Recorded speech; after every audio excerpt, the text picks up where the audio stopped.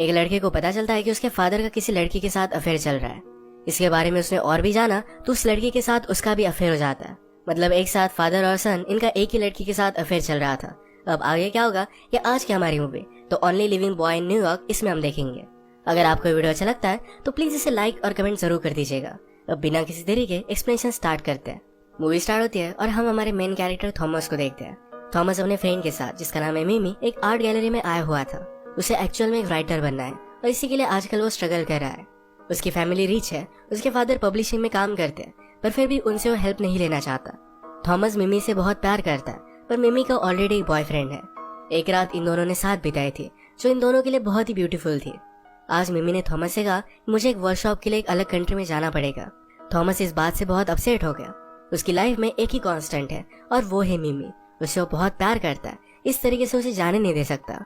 ये सारी बातें उसने उसे कही, पर मिमी कहती है कि हम दोनों में क्या है ये हमें अब तक पता नहीं है, मेरा बॉयफ्रेंड है। थॉमस मिमी से कहता है जो रात हमने साथ में बिताई थी वो बहुत ही स्पेशल थी, पर मिमी को ऐसा नहीं लगता। वो कहती कि उस रात हम ड्रंक थे, हमने ड्रग्स भी लिए थे। वो हमेशा थॉमस को इसी तरीके से ट्रीट करती है, कभी भी सीरियसली लेती नहीं। थॉमस उसे कहता है मुझे तुम्हारा सिर्फ फ्रेंड नहीं बनना है, उसे ज्यादा होना है, पर मिमी इस बात के लिए मना कर देती है। थॉमस इस तरीके से अपनी फीलिंग्स जताने के बाद भी मिमी का फ्रेंड नहीं रह सकता था। ये बात उसने मिमी से कही तो इस बात से वो अपसेट हो गए। इसके बाद जब वो घर पर आया तो एक स्ट्रेंजर उससे बात करता है, कहता है कि तुम बहुत ही अपसेट लग रहे हो, क्या लड़की का मामला है, उसका नाम क्या है। थॉमस को तो पहले अजीब लगा, पर वो कहता है उसका नाम है मिमी। ये स्ट्रेंजर उससे कहता है मैं तुम्हें हेल्प कर सकता हूँ, अगर तुम मुझे उसके बारे में बताओ तो शायद वो तुम्हारी गर्लफ्रेंड हो जाएगी। थॉमस को ये बात बहुत ही अजीब लगी। इस बात को इग्नोर कर अपने रूम में चला जाता है। इस स्ट्रेंजर का नाम था गेराल्ड, पर थॉमस को उसका रियल नेम अब तक पता नहीं है। ये मूवी में उसे आगे पता चलेगा। गेराल्ड की बात पर थॉमस ने सोचा और फिर उसके पास वो फिर से वापस आ जाता है। थॉमस ने अपनी पूरी प्रॉब्लम के बारे में गेराल्ड से बात की। गेराल्ड उसे कहता है कि तुम दोनों की एज बहुत ही कम है, इस एज में आदमी बहुत ही सस्पिशियस होता है। तुम अगर उसके लाइफ से जरा दूर जाने लग गए तो उसे तुम्हारी कमी महसूस होगी और फिर वो तुम्हारे पास आ जाएगी। थॉमस को बात समझ में नहीं आती और इसको इग्नोर कर देता है। आज रात थॉमस अपने फैमिली के साथ डिनर कर रहा था क्योंकि उसकी मदर ने उसे इंसिस्ट किया था। उसकी मदर का नाम है जूडिथ। वो हमें जूडिथ के बारे में बताता है कि उसके लिए फैमिली बहुत ही इंपॉर्टेंट है। अगर फैमिली टूट गई तो बहुत ही ज्यादा बिखर जाएगी। जूडिथ को बहुत सारे मेंटल हेल्थ इश्यूज भी थे। थॉमस के फादर का नाम है ईथन। थॉमस इस तरीके से अकेला रहता है, उनसे कुछ भी सपोर्ट नहीं लेता। ये बात ईथन को अच्छी नहीं लगती। थॉमस भी अपने फादर ईथन को बहुत ज्यादा हेट करता है। एक रात जब थॉमस मिमी के साथ एक शो देखने के लिए गया हुआ था तब उसने अपने फादर ईथन को किसी और लड़की के साथ देखा। ये लड़की हमारी और एक मेन कैरेक्टर है, उसका नाम है जोएना। थॉमस इस बात से बहुत ज्यादा डिस्टर्ब हो गया। वो अपनी मदर के लिए वरी करता है, अगर मदर को पता चला तो बहुत ज्यादा हर्ट हो जाएगी। अगले दिन थॉमस ईथन के साथ लंच करता है। यहाँ पर उन्हें कन्फ्रंट करने वाला था पर कुछ भी बोल नहीं पाता। थॉमस ने राइटर बनने के लिए कॉलेज भी छोड़ दिया था तो ईथन उसे कहता है कि एक करियर काउंसलर है, उससे तुम बात कर लो, तुम्हारे करियर के लिए बहुत ही अच्छा होगा। थॉमस फिगर आउट नहीं कर पाता कि ईथन ने ये सब किया क्यों होगा। रात में वो और गेराल्ड जब ड्रंक हो रहे थे तो गेराल्ड ने उसे पूछा तुम लाइफ से चाहते क्या हो। थॉमस को अब तक इस बात के बारे में कुछ भी पता नहीं है। वो राइटर तो बनना चाहता है, बचपन में उसने स्टोरीज भी लिखी थी। ये जब उसने ईथन को दिखाए तो ईथन ने उससे कहा कि ठीक ठाक है। इसमें उन्हें कुछ भी अलग नहीं लगा था, उन्होंने उसे इनकरेज नहीं किया था। जब ईथन यंग थे तो वो भी राइटर बनना चाहते थे, पर उनमें उतना ज्यादा टैलेंट नहीं था। इसी वजह से पब्लिशिंग की कंपनी उन्होंने खोल ली। इसमें वो सक्सेसफुल हो गए थे।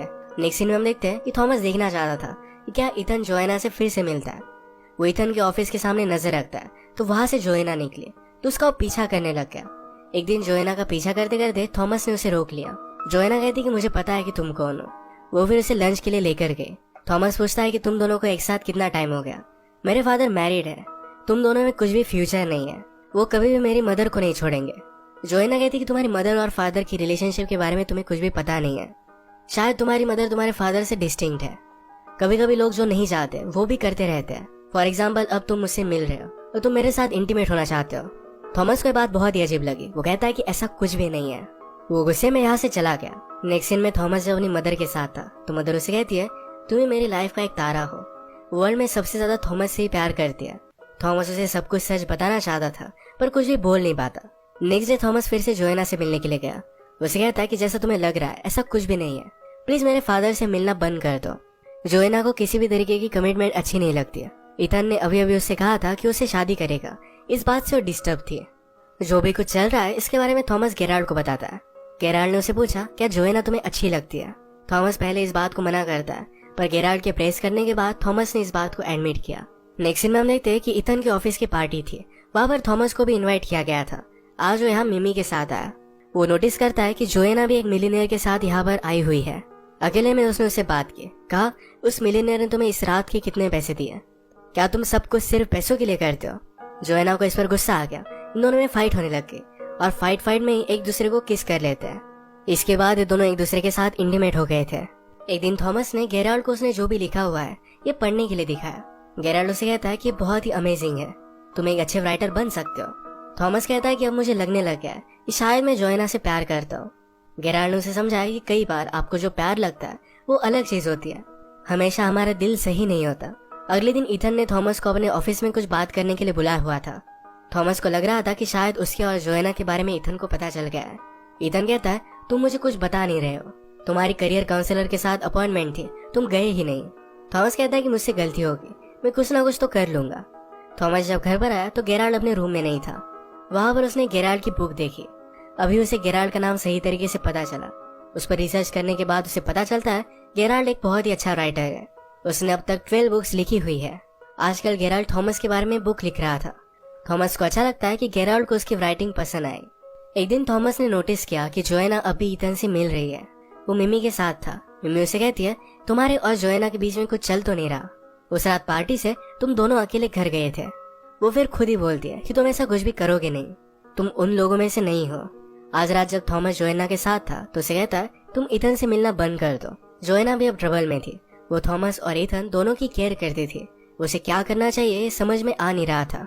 उसने फिर डिसाइड किया कि वो थॉमस और इथन इन दोनों से ब्रेकअप कर लेगी। थॉमस इथन को फोन पर जोएना से झगड़ता हुआ देखता है। उसे लगता है कि इथन से उसने ब्रेकअप कर लिया है। एक रात इथन के यहाँ पर पार्टी थी। थॉमस ने गेराल्ड को भी इस पर इनवाइट कर लिया। दूर से थॉमस ने गेराल्ड को मिमी दिखाई। मिमी जूडिथ के साथ खड़ी थी तो गेराल्ड ने कहा, तुम्हारी मदर बहुत ब्यूटीफुल है। इस पार्टी से अकेला रहने के लिए जोएना रूफटॉप पर चली गई। गेराल्ड उसके पास आया। कहता है, मुझे पता है कि तुम क्या कर रही हो, पर अगर इसमें थॉमस हर्ट हुआ तो तुम्हें मुझे आंसर करना पड़ेगा। मैं तुम्हारा बहुत बुरा हाल करूंगा। जोएना को बहुत ही अनकंफर्टेबल लगता है। वो यहाँ से जा रही थी तभी थॉमस उसके पास आ गया। जोएना यहाँ पर उससे भी ब्रेकअप कर लेती है। जोएना कहती है, तुम्हारे फादर ने मुझे प्रपोज किया, अब ये सब करना गलत होगा। इस बात से थॉमस गुस्सा हो गया।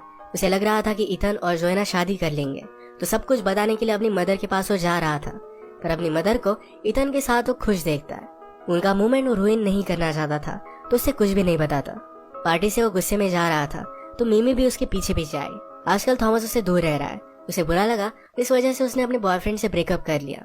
ये बात वो थॉमस को बता देती है। थॉमस उसे जोएना के बारे में सच बता देता है। इस बात से वो डिस्टर्ब हो गए, वहां से चली जाती है।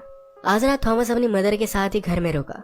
सुबह होने पर जूडिथ पूछती है कि बात क्या है, तुम डिस्टर्ब लग रहे हो।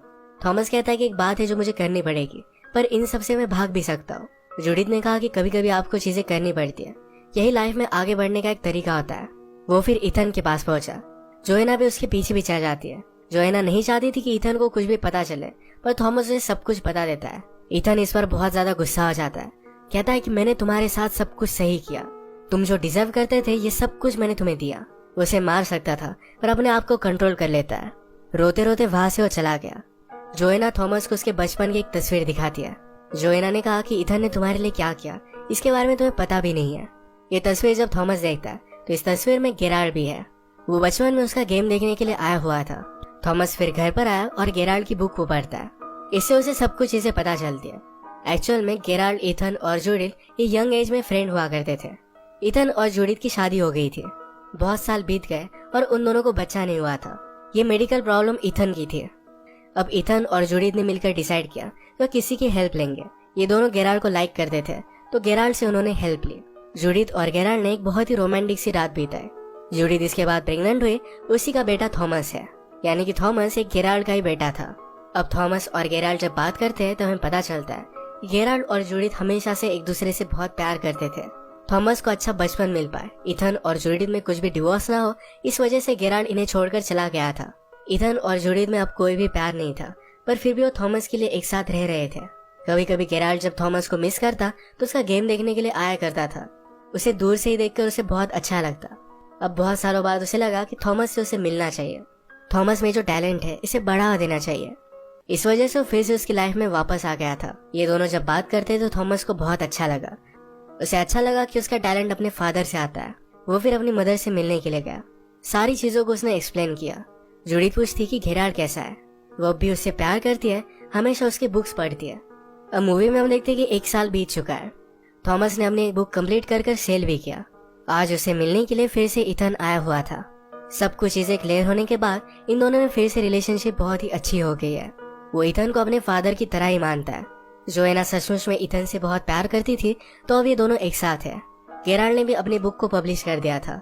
जूडिथ और गेराल्ड 20 साल बाद एक दूसरे से मिले और अब एक साथ थे। थॉमस इन दोनों को देखकर बहुत खुश था। यही पर मूवी एंड हो जाती है। अगर आपको वीडियो अच्छा लगा तो प्लीज इसे लाइक कर दीजिए।